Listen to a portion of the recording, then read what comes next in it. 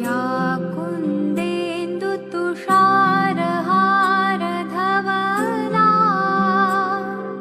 या शुभ्रवस्त्रावृता या वीणावरदण्डमण्डितकरा या श्वेतपद्मासना। नमस्कार विद्यार्थी मित्रों, कक्षा 6 में आपका हार्दिक स्वागत है। यहाँ पर पाठ नंबर 2 अनूठे इंसान, इसका स्वाध्याय और अभ्यास हम देखेंगे। और पहला प्रश्न है,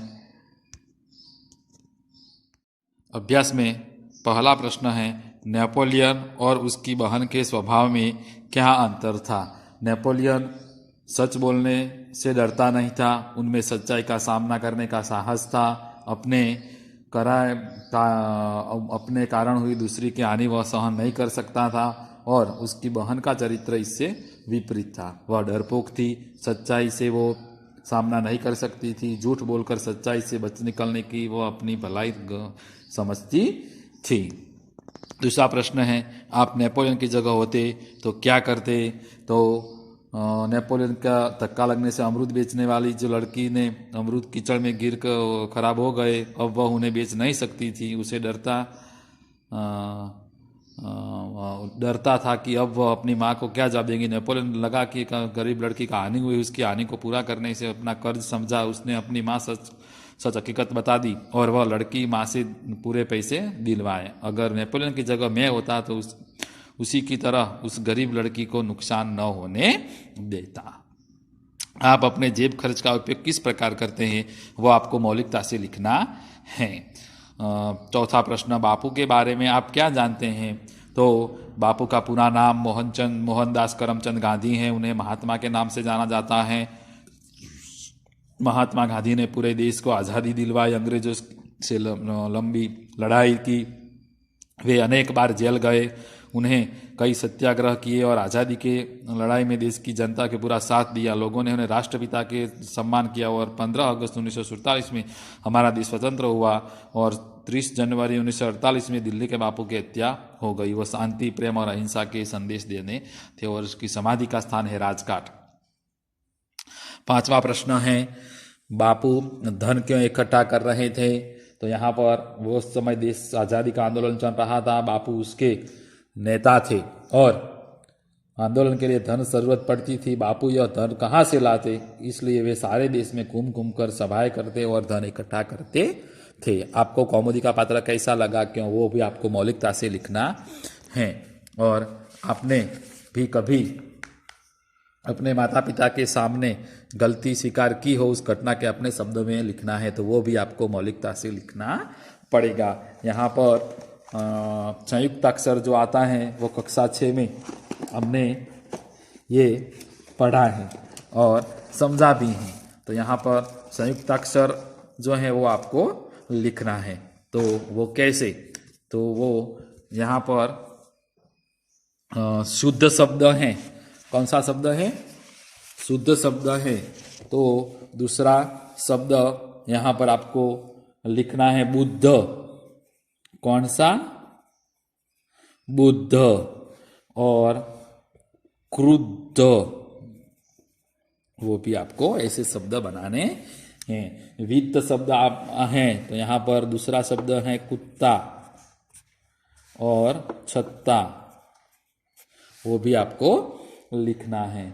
पद्म शब्द है, तो यहाँ पर छद्म और सह्य वो आपको लिखना है। मैंने 2 शब्द लिखे, इसलिए आपको ये तीसरा, चौथा और 5वां आपको लिखना है। और निम्नलिखित विषय पर चर्चा कीजिए। महात्मा गांधी और देश प्रेम इंसान अनूठा कब कहलाता है, तुम अपने देश की सेवा कैसे करोगी। इन 3 में से किसी एक को आपको लिखना है। आगे है प्रश्न 4, संज्ञा से बनने वाले विशेषण शब्द जो दिए गए हैं उनका वाक्य में प्रयोग कीजिए। तो वो भी आपको ये लिखना है। जैसे धर्म शब्द है, तो धर्म है वो संज्ञा है और उसका विशेषण है धार्मिक। तो वो भी आपको कौन सा वाक्य में प्रयोग करना है।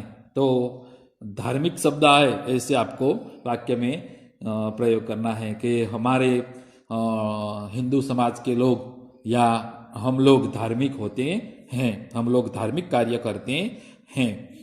दूसरा है रंग और इसका विशेषण है रंगीन, तो हम रंगीन कपड़े बहुत पसंद करते हैं। ऐसे आपको ये 10 वाक्य लिखना है। पहला जो है धर्म वो संज्ञा है, धार्मिक है वो विशेषण है। तो यहाँ पर धर्म संज्ञा के नहीं बल्कि विशेषण के वाक्य आपको बनाने हैं। और 5वां प्रश्न है उदाहरण के अनुसार लिंग परिवर्तन कीजिए। तो वो है जैसे पुत्र तो पुत्री, तो मेढक मेढकी, तो वो भी आपको लिखना है। यहाँ पर लिखना है मेढकी मेढकी। देव, तो यहाँ पर लिखना है देवी। कौन सा लिखना है? तरुण, तो तरुणी। हिरण हिरणी, कौन सा लिखना है? कुमार, तो यहाँ पर कुमारी। जैसे आपको लिखना है। तो ये दूसरा है सांप सांपिन वो, और शेर शेरनी। यहाँ पर 5वां प्रश्न आपको लिखना है। प्रश्न 6 आपको लिखने का नहीं है। प्रश्न 7 चित्र के आधार पर आपको कहानी बनानी है, तो वो भी आपको लिखनी पड़ेगी। स्वाध्याय है, तो यहाँ पर स्वाध्याय में पहला प्रश्न है नेपोलियन की बहन का नाम क्या था? नेपोलियन की बहन का नाम क्या था? इलाइजा था। नेपोलियन लड़की को अपने घर क्यों ले गया? तो नेपोलियन लड़की के अमरूद खराब हो जाने के उसे नुकसान हुआ और वो माँ से पैसे दिलवा कर उसका नुकसान पूरा करवाना चाहता था, इसलिए वो लड़की को अपने घर ले गया। तीसरा प्रश्न है गांधी जी को सोने की चूड़ी देने वाली लड़की का नाम क्या था? तो गांधी जी को सोने की चूड़ी देने वाली लड़की का नाम कौमुदी था। गांधी जी ने कौमुदी से क्या कहा? गांधी जी ने कौमुदी से कहा तुम दोनों चूड़ियां देने की जरूरत नहीं है, एक ही चूड़ी लेकर मैं तुम्हें हस्ताक्षर दे दूंगा। हस्ताक्षर करने के बाद गांधी जी ने क्या लिखा? हस्ताक्षर करने के बाद गांधी जी ने लिखा तुम्हारे इन आभूषणों की अपेक्षा तुम्हारा त्याग ही सच्चा आभूषण है। और जो प्रश्न 2 है वो आपको लिखने का नहीं है। प्रश्न 3 है विराम चिन्हों का उपयोग कर परिच्छेद को फिर से लिखिए और अनुवाद कीजिए। विराम चिन्हों उपयोग करवानो છે અહીંયા અને આપણે લખવાનું છે જેવી રીતે दुर्गावती बचपन से ही बहादुर थी। तो यहाँ पर जो विधान वाक्य है पूरा होता है वो विधान चिन्ह आता है। और उन्हें युद्ध करने में अपूर्व धैर्य में આપણે અલ્પવિરામ મૂકવાનું છે, दूरदर्शिताમાં અલ્પવિરામ મૂકવાનું છે। એવી રીતે આપણે બનીને એનું ગુજરાતીમાં अनुवाद કરવાનું છે।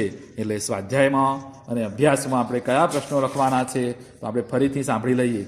અભ્યાસમાં પ્રશ્ન 1, પ્રશ્ન 2, પ્રશ્ન 3માં 3 આપેલા છે એમાંથી એક જ, પ્રશ્ન 4, પ્રશ્ન 5 એ અને પ્રશ્ન 7 અને સ્વાધ્યાયમાં પ્રશ્ન 1 અને પ્રશ્ન 3 આપણે લખવાનો થશે। નમસ્તે।